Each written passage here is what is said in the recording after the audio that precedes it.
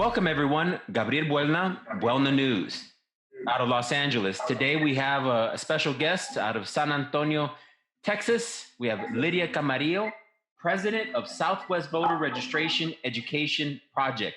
Welcome, Lydia. Thank you for the invitation. How is everything in San Antonio? Tell us how you are. Well, the family's doing well. We're doing the social distancing. We're staying away from people, and we're trying to keep ourselves safe. And I'm still working. I'm working from the house, and luckily I got shut in with my husband and my two sons, so it's not too shabby. Of course, my mother is by herself, and she's 82 in Oxnard, so we're checking in on her, but she's doing well. Thank you. Good. Herself. Thank you. So can you explain to viewers Southwest Voter Registration Education Project? Why is Southwest Voter important to voters, to Latino voters in terms of political participation? Well, I think that we have to think about the work that we have accomplished over the last 46 years. Southwest Voter was started here in San Antonio in 1974. With the idea that the Latino vote, the Latino community would have political power. And it was started around the time, the very essence of when the civil rights movement was going around, which is actually 1968. But Willie Velasquez, the founder, was blacklisted. And therefore, our organization didn't incorporate until 1974. But around 1968, Willie was friends with the folks who started Maldiv. And so the conversation was, we need to start an organization that empowers Latinos through the vote. And the lawyers that started Maldiv were trying to fight discrimination and voting rights and all the things that have to do with empowering our communities. And so they decided to start the Mexican American Legal Defense Fund, Maldiv. And Willie says, I can make a contribution by making sure that we register voters. Since we opened our doors, we've registered 2.7 million Latinos, trained 155 Latino leaders, and won 210 voting rights lawsuits. Why are we still relevant? Because as we're thinking about today, we just had an incident last Tuesday when we have the coronavirus pandemic, and we should all be staying home and being safe and not spreading the virus because, as we all know, there was not enough of us have been tested, and therefore we don't know if we're carrying it. And we should all be safe. But the Wisconsin Supreme Court, in spite of the governor's request to move the election, they decided to hold it last Tuesday, and people were in line, and there was no opportunity to separate themselves 6 feet out. I use the Wisconsin example because it's so recent. And the fact that it's a recent means that we're still fighting for our rights. We're still fighting to make sure that our vote is not diluted. And when I say I vote, I mean the Latino vote and other communities that are disenfranchised and have been disenfranchised. So Southwest Voters' mission is still the same mission that we had 46 years ago, empowering the Latino community, giving us a voice through the words of Willie Velasquez, su voto es su voz. Thank you very much. So voter registration and education are an important part of the mission of Southwest. What's the difference between voter registration and education for the sake of the electorate? For the sake of the electorate, the two things are distinct but are one and the same in many respects. You cannot vote if you're not registered to vote. And right now, there's an estimated 30 million Latinos in America that are eligible to vote, while only about by the end of November, unless we get to work and we do more, there's only going to be about 17.5 million Latinos of the 30 million that will be registered to vote. Go ahead, sorry. There's several factors that are part of the reason. One, there are systematic barriers that prohibit people from registering to vote. And others do not make it easy. Well, the systematic barriers do not make it easy. But there's also, I think, we're building and we are creating a culture of participation, unlike the Black community that has fought through the civil rights and they have registered to vote and they make that as part of their cultural experience. Many of the Latino communities, because as we know, there's several communities within the Latino community, do not have that history.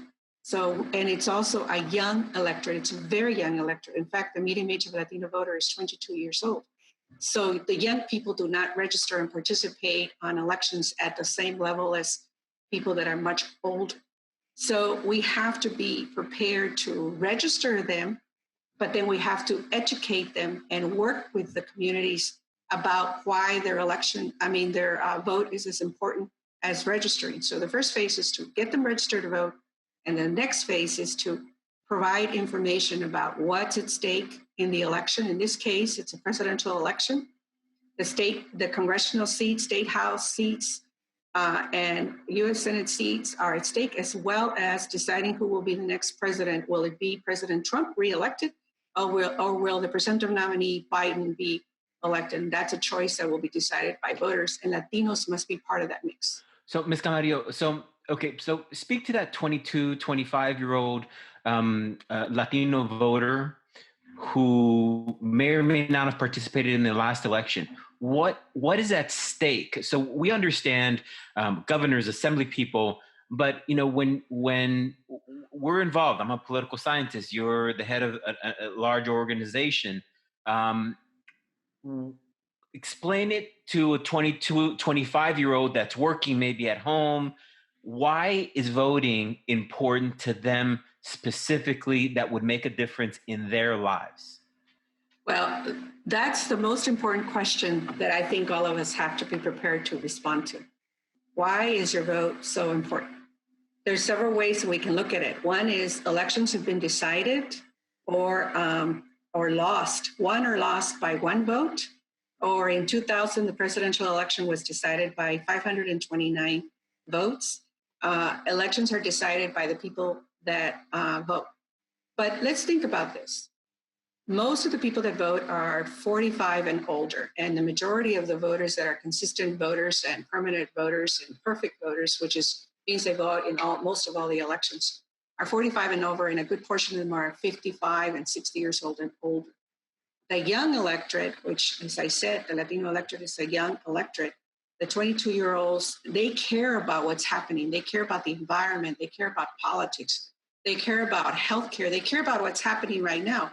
The young people are very, very worried about this pandemic and how it's impacting their studies and their schools and the anxiety that they're feeling. We're all feeling it. They're clearly feeling the anxiety that most of us are feeling because of this pandemic. But when you ask a young voter if they understand that their vote is powerful, they think that their vote doesn't matter. They think that their vote does not have the same value if for those of us that understand the importance. But when they begin to see that elections have been lost or won by one vote, and you have a conversation with them, then they vote. But the other thing I want to say is that there's a narrative out there in America that Latinos do not vote, and it's a flawed narrative. Latinos do vote. Latinos do participate. However, in most cases, when you're looking at the presidential candidates, whether it's Biden or Sanders or Bloomberg, when he was when Sanders and Bloomberg were part of the process, most of the investment was not directed at Latinos, and yet Latinos were a key portion of participating in these primaries because they care about what's happening in America. They care about what's happening, what this president is bringing to our communities or not bringing to our communities. And so the young people are going to help to decide this election, but more importantly, the Latino vote, which includes, as I said, many young voters, will decide the presidential election. The Loyola Marymount Center for the Study of Los Angeles came out with a poll, and I believe it will actually have national implications because it clarifies some things. It was just completed this weekend. They asked, I'm pulling two questions that I think are really relevant to you. Mm-hmm. How worried are you about your ability to buy food? In terms of African Americans, in terms of very or somewhat worried, 46.4% of African Americans said very or somewhat worried, 59.2% of Asians, 53.5% of whites, and 65.9% of Latinos. So the reason I'm bringing this up is because it appears as though, and the study shows that Latinos are more worried about those basic services, food, shelter, basic needs. That and a few weeks ago, a Biden talking head was on CNN, and when asked why should Latinos vote for Biden, the response was because he's Catholic. Now, it was basically an insulting comment, So in understanding the Bernie vote, what do you see is guiding? Is guiding a lot of the Latinos to be pro Bernie, or at least before he left the race? Well, I haven't seen the poll that you just mentioned, but I can see it anecdotally. I can feel it. I can sense the anxiety, and I'm not surprised that it's 65% or better. One of the questions that people have been asking me for a while now is why did Bernie Sanders receive and garner the kind of support from the Latino vote that he did, particularly in Nevada and even in California, in the state of California. In Texas, he almost took Texas as well. But I have to say that it was his message, and the message that Biden has compared to the Sanders message that Sanders had is what made the difference. Here's what Sanders was promoting and suggesting. He was saying that we have to increase the wage, the minimum wage for workers. He talked about free college. And our community knows two things. If our community is doing well in terms of employment and jobs, they know that jobs and economics is the key number one message. And if our families, whether it's one worker or two workers or one person has two jobs within the family, if they're doing well, the next point is education, because we understand that education is our ladder, our ticket to upper mobility, are an opportunity for our families to do better. So Sanders spoke about free college. He spoke about healthcare for all. My goodness, given this time, those issues are very important. Whereas Biden talked about how he was the candidate, he's the candidate or was the candidate that is served as the vice president, that the work that the president did, Obama did, matters. And he was really speaking to the Black vote and to the moderate Democrats. Sanders was speaking to a young electorate and to the Latino community with his message. The question then becomes, will Biden be able to do what Sanders did? And the answer lays on a couple of areas. Will Biden move his message a little bit to the left, in spite of the fact that now he's a nominee and he has to stay in the center, which is why they're arguing that the Midwest is the only way to go. And they're worried about Wisconsin, Michigan, and Pennsylvania and Florida. And we're lucky that we have one state in the West, which is Arizona, that will decide the elections. But I argue that Texas will help to decide the election because of the Latino electorate. But if there is no investment and there's no message and that resonates and they don't turn them out, that's not going to work. Let's think about how much money Bloomberg spent to turn out voters. He spent, someone argued that he could basically give everybody in America $1 million. $1 million. And yet, the number of people that turned out and supported him and the delegates to turn out for him were, I believe, less than 50. Ms. Camarillo, if you, and I apologize for cutting off, but this is important, okay, and it just got into my mind. If you had Joe Biden right now in front of you, and what would you recommend to Joe Biden with regard to gaining the Latino vote? Because you just mentioned progressive, but many of the Latinos are saying food at home, paying the rent. Those aren't progressive ideas. They're just ideas to survive. And it seems that many Latinos are just going with the candidate that's talking about their survival and the survival of future generations. So what would you say to Joe Biden? Well, I would say to him what I've always said to candidates. If you want to win and you're in a city, or in this case, you need electoral votes that includes Arizona, Florida, and I would argue Texas in order to win, you need 270 electoral votes to win. You must engage the Latino community. And the message for the Latino community has to be about jobs, the economy, survival, education, but it also has to be about the value that the candidate brings to them. One of the reasons that I think we are seeing the kind of excitement in spite of we're shut down and we can't register people at their schools or at the jobs because we're all home, but people are still registering. And you're seeing this in the primaries in ways that we haven't seen. But the other anecdote is the 2018 elections. We saw an increase of elections in 2018, and the Latino electorate was there. It jumped to an incredible number compared to 2014. But let me say this. The Latino electorate cares about its community, and the attack and the affront that they're feeling from the Trump administration is a variable of why people are very engaged and are registering and are participating in democracy. So I would say to the the Democratic nominee, Biden, invest in the Latino electorate, speak to the Latino electorate. Don't just speak the language, don't just say hello in Espanol and bring the mariachis, but engage the Latino electorate and call them, talk to them, knock on the doors, and expand the electorate.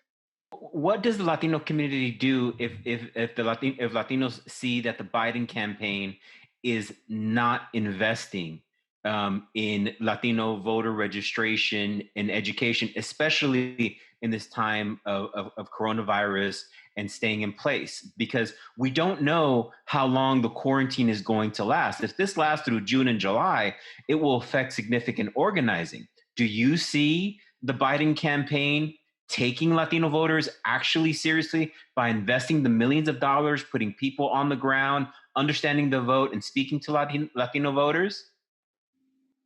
I don't see much activity from the Biden campaign right now, but I think that goes across the board in every community. Since the pandemic took over our communities and we've all are shutting down at home, I think there's very little other than the digital.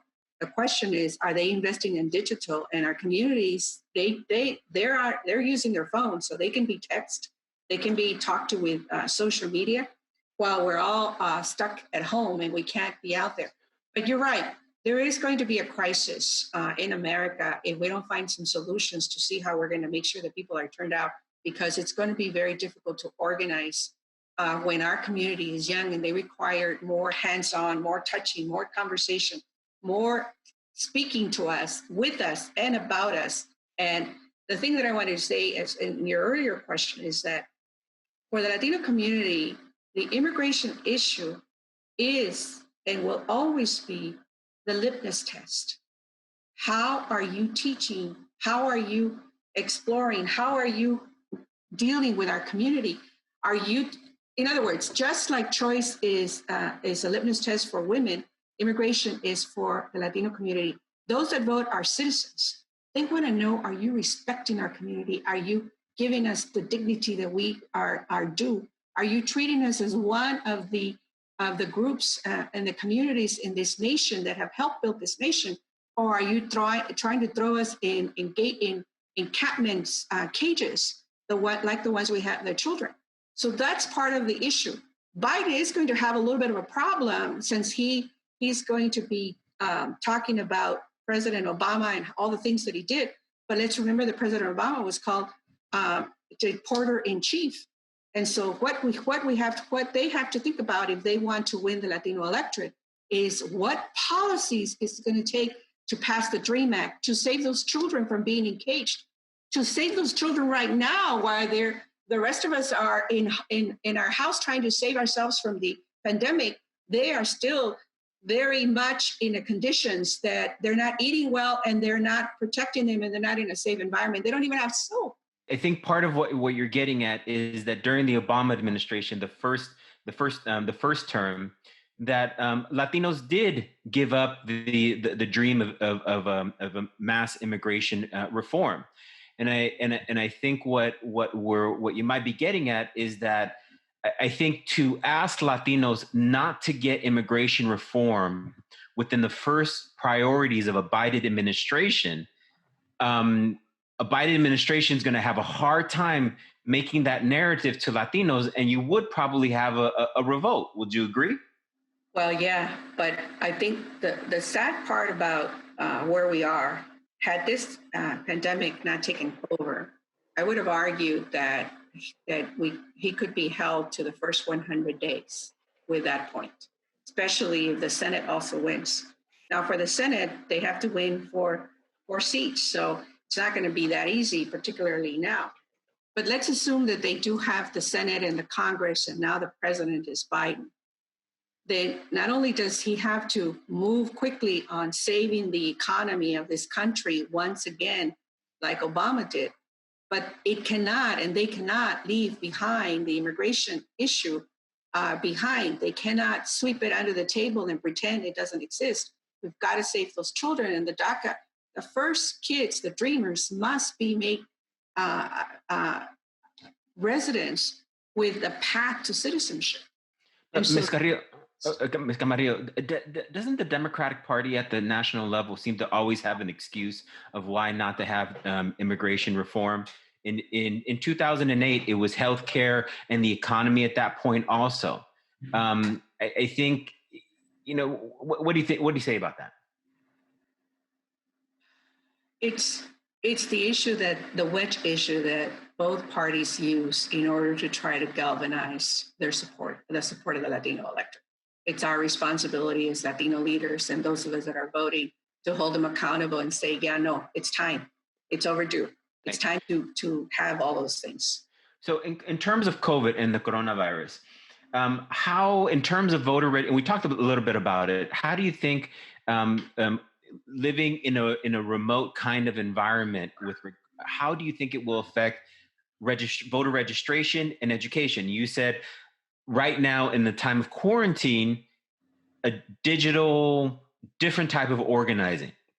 From your experience, what type of organizing might we need in order to reach those voters, in order to get the increased outreach for Latinos to get the outcome that they want? Well, because Southwest Voter has been doing this for a while, where we know that in this particular cycle, luckily there's 39 states in America that provide for online voter registration, which means that we are currently working to make sure that voters in Arizona, Colorado, Florida, and of course, California, among the other states, including Pennsylvania, Wisconsin, Iowa, because we are there, not in the same numbers, but we are definitely there. We are promoting and asking voters to register to vote online. In terms of the get out the vote phase, let's assume that we're closed down till after November, after the election. We have two things to fight for. One is to see if we can get the ballot mailed. Every state in America having that. Luckily, states like California, Colorado, Florida, Wisconsin, for that matter, have it. But now it has to be everybody getting it.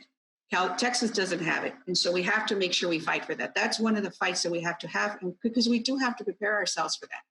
Every doctor that I've been listening to about what's at stake is it looks like we're going to have a second round and maybe a third round until we have a vaccine to prevent us from getting it again. So we have to be prepared for that. The next thing we need to know is that the Latino electorate is not going to be that much different without a pandemic than when there isn't a pandemic. And what I mean by that is we need to talk to them. We need to speak to them. We need to discuss what's their issues and their concerns and what resonates with them. What I may care about is not something that my mother cares about or her next door neighbor or my next door. So we have to have a conversation about messages that resonate. And so there has to be an investment. And you do that by talking to them. If you can't do it door to door, which is the most powerful way of reaching to a voter, then you must do it at least through phone banks, having a live conversation. And we know for a fact that in order to train a Latino voter, the first-time voter, you have to ask him 4 times, 4 contacts, using other stuff as well, complementing the phone banking with the digital and with social media, as well as making sure that they understand the power of their vote and the power of the vote as in terms of the policies that it will change. At the end of the day, the reason that Southwest Voter exists is not just to register voters or make sure that people turn out to vote, is so that we can have policies that invest in our communities at every single level. So let's take this opportunity because on CNN and all cable news and the broadcast networks, Latino, even though Latinos are the largest ethnic group in the country, there isn't a discussion or understanding of who Latinos are. Can you take a moment and tell the viewers who Latino voters are? Just guide us very quickly through Florida, California, Texas, and from who. What does this group look like? So if you're a CNN anchor, talking head, or leader in your community, you can have some type of understanding. So the first assumption is that the Latino vote is a conservative voter. And I would argue that a Latino voter is not conservative in the traditional sense of the word. They care about family, they care about, we will see less Latinos who are homeless or mothers and fathers that are put in old people's homes in senior centers homes, because we believe in family. So the Latino community is young. It's a young electorate. It's the fastest and most growing electorate. It cares about the issues. So if you're in Florida, more than likely that 54% to 56% of the electorate will vote Democrat. If you're in Texas, it's going to be anywhere from 75 to 78. If you're in California, it's going to be closer to, 82% of the electorate. And in some cases, on the congressional level, it's going to be as high as 92%. In the case of in Texas, so Texas is more conservative, in a special election, and special elections are elections too that more conservatives come out to vote. There was an election between Congressman Bonilla and Rodriguez. And the question by the reporters was, how many voters are going to vote for, there's two Latinos in a special election are going to vote for the Democrat. And I said, 8% will vote for the Republican and the rest will vote for the Democrat. And that's exactly how it was. So what people don't understand is that the electorate votes, the electorate cares, the Latino electorate cares, and it's not 50-50 or 45 or 49-51 like the white community, and it's not 90% Democrat like the Black community, but it's competitive beyond what people understand and what those talking heads think about. It's an electorate that cares. It's a young electorate. Very soon, it's going to surpass the numbers in states of the Black community, like in Texas. There are 500,000 more Latinos that will vote in Texas than the Black community. Why? Because the Black community is an older community. There's not as many here in Texas. That's the same case for California. But even in states like North Carolina and Florida, the Latino electorate will continue to grow, and they will understand more and more the political culture and their understanding of the importance of the vote is already here. In this election, the Latino vote will decide the presidential election. So let me go over a situation that occurred. So you had Bernie Sanders, whether purposeful, not purposeful, it doesn't really matter. He made a comment about Fidel Castro during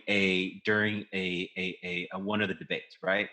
Wherever you stand, it's irrelevant. However, in Florida, it made a difference.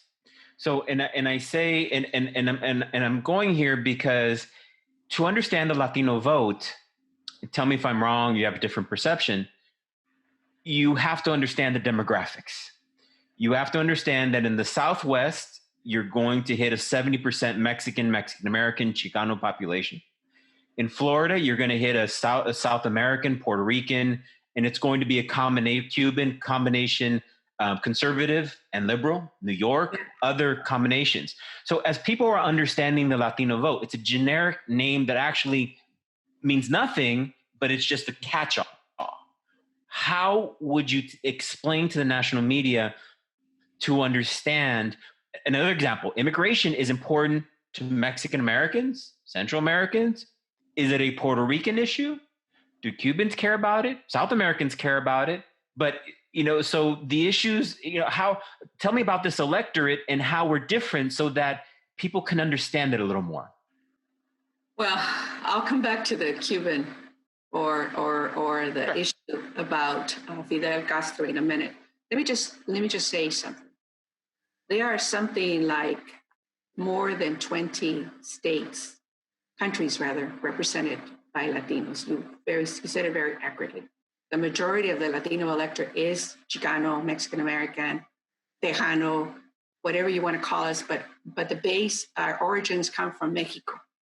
Then depending on what city you are, the next highest number could be Salvadoreños. And of course, in New York, it's Puerto Ricanos. And in Florida, people have a misconception, which I'll now respond to the Castro point. People have a misconception about Florida, that the Florida Latino electorate is basically Cuban, and it is not. You said it very well. It is made up of Puerto Ricanos in Orlando and even in Miami. It is made up of Venezolanos, and not all of them are angry at the current administration. And it is made up of Mexicanos, believe it or not. There's Mexicanos in Florida. But the other difference is it's that the second generation and third generations of Cubans do not have the same anger towards the Castros in Cuba, whether it's Fidel or his brother, Raul, or anybody else. And ultimately, we have to start assuming that the politics of the United States that is based on Latin America culture and Latin American communities, Latin American politics, cannot be determined by Cubans in Florida. It must be decided by all of our communities. And Sanders said the right thing about Castro. Obama did try to have negotiations so that there would be a normalization with Cuba. And that position is a correct position. But everybody tried to make it into a negative. And that was the narrative at the time. And I would argue that if Latinos are going to continue to be part of the process, you cannot attack their history. And in the case of Florida, Florida is changing dramatically. In 2000, 55% of the electorate that's Latino voted for the Republican candidate. In that case, it was Bush, and 45% voted for Gore. It is switched around now, and it will continue to be switched around because the first generation of Cubans who are anti-Castro are gone. The second and third generation think dramatically different. They believe in bilingual education. They believe in affirmative action. And those are the kinds of things that we have to be thinking about, that while we're a different community and there are several countries represented as part of the makeup of Latino voters, because that's our history, but we're born in America or we're naturalized, we're voters, we still care about our history. Ms. Camarillo, thank you for that. But another way of putting, no, thank you, is to say Bernie Sanders simply could have said nothing and left the issue be, because part of what I'm getting at is that Latino voters are not homogeneous. We are very heterogeneous. And to understand us, you have to understand the different regions. Immigration is important to in the Southwest. My daughter, for instance, we're a Mexican American family, Chicano family here in Los Angeles. My daughter visited Cuba, last summer. We were happy to send her. She has a poster of Che. If you do that in Miami, you're going to have a different reaction. You have different cultural experiences. There's different ethnic groups, and that hasn't gotten into the national mindset that we are that the United States has. That, for instance, Mexican Americans in New Mexico helped fund part of the American Revolution. That we have been part of this land forever. Our narratives are unique.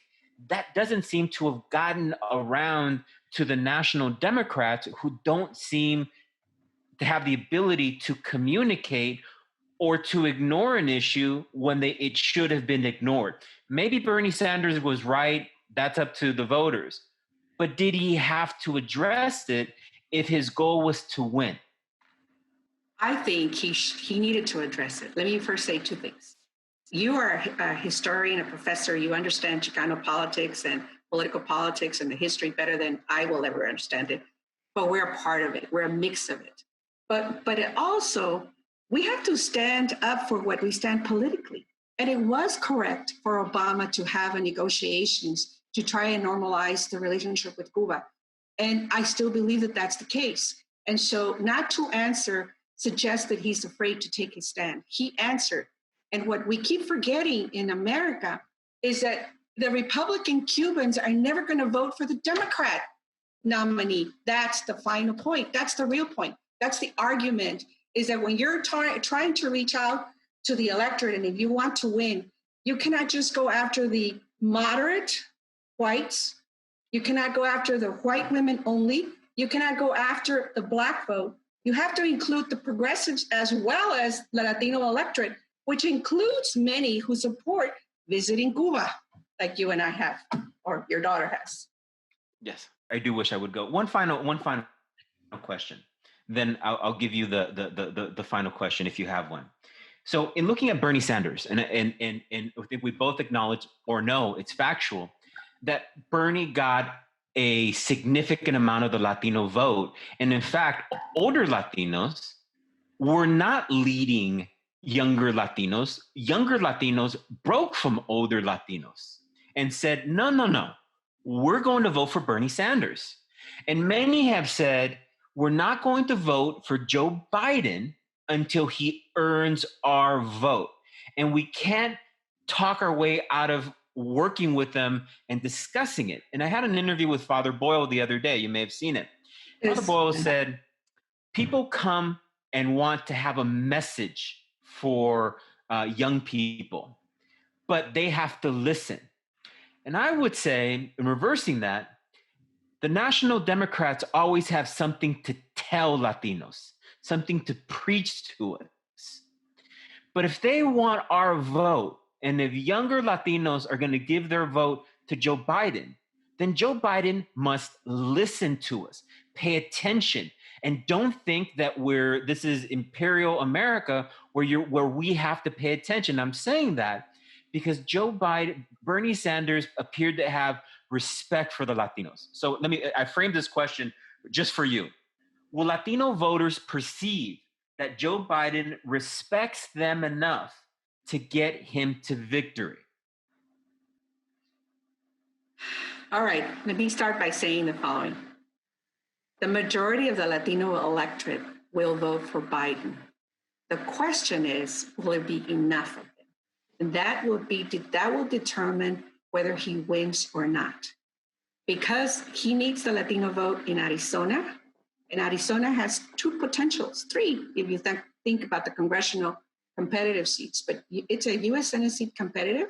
It's a grab if you take it, and it's the 11 electoral votes. So that's one. Second, Florida. And if you do your job well, you've got Texas. Texas 38 electoral votes, 38 electoral votes, 11 electoral votes from Arizona. You don't need to worry about the other states, however they will. So to your point, I'd say about 76, maybe 77, maybe even 78, depending on the state, but at the national overall, the way they equate the average, it will be, the vote will be for Biden. But will it be enough? And that is the question. And if Biden doesn't have a conversation with Latino voters in the way that he needs to, respecting them, talking to them, listening to what their needs are, and investing money in the Latino electorate, then he will not win Arizona and he will not win Florida. And therefore he will lose.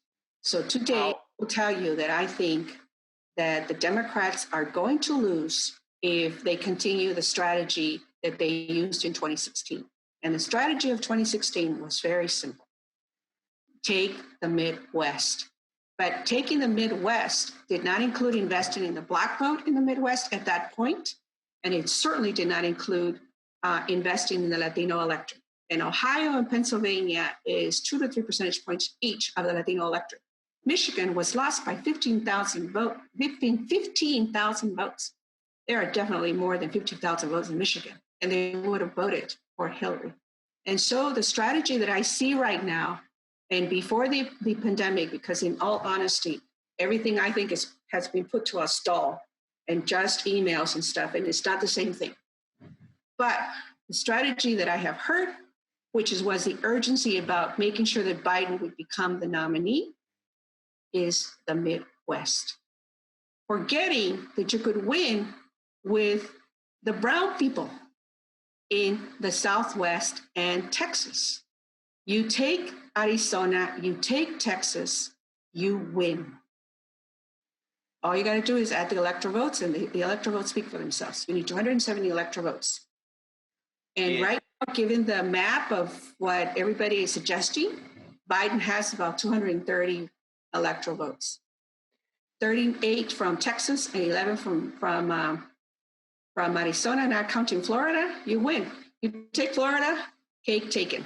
To your point, did Bernie Sanders earn the respect, or I'll say it in Spanish, and you know how important this is in all Latino communities, the respeto of the Latino community? Yes. Has Joe Biden, at this point, earned the respeto of the Latino community? Not yet. Not yet. Lydia Camarillo, President, Southwest Voter Registration Education Project. Ms. Camarillo, I did promise you the last word. Go ahead. This election is the most consequential election in our history. It is the most important election in our history for many reasons. And while we're going through this election, we're dealing with life issues. People are dying in America. And so we have to make sure that, in spite of the fact that we have to worry about saving lives, making sure that people are eating who don't have the resources, the 6 million plus, or is it now 16 million that are unemployed, that when the economy comes together, that we're all there together. But we cannot let go of the importance of registering, of voting, and democracy, and making sure that the Latino vote is part of the mix deciding the future for our country. Lydia Camarillo, thank you very much. Be safe in Texas. Say You hello too. to everyone. This is Gabriel Buelna, your host. Be safe, everyone. Quarantine. Protect everyone around you. Be safe. We have a lot of great content coming up. So if you're on Facebook, share and like us. If you're on Twitter, follow and retweet. If you're on Instagram, follow us. And if you're on YouTube, subscribe and share our content. Be good to your families in this time. Have a good rest of your day.